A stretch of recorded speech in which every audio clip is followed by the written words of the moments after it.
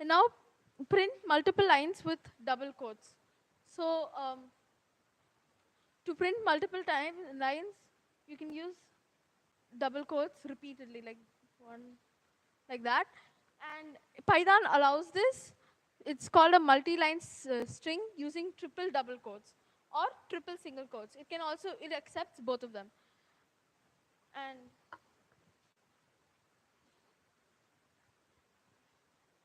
yeah, this is the example with single quotes. You see there are only 3, whereas in the other one is 6 because the other one was double quotes.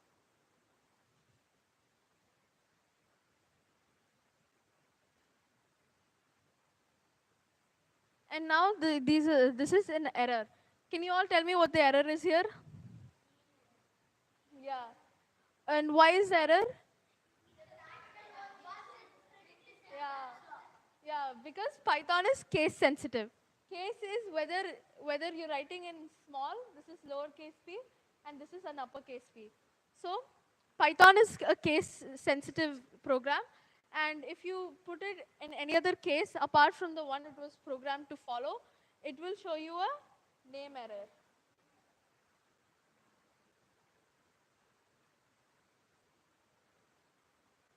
And now non-existent function. Can you tell me why an error is coming here? Exactly. Print one. Print one is non-existent in Python.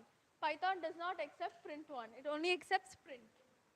So you will again get a name error because print one is not defined.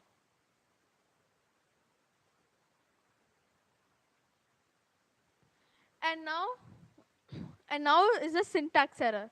So in Python 2, it allows without the parenthesis, but the Python 3, which we are using now, doesn't.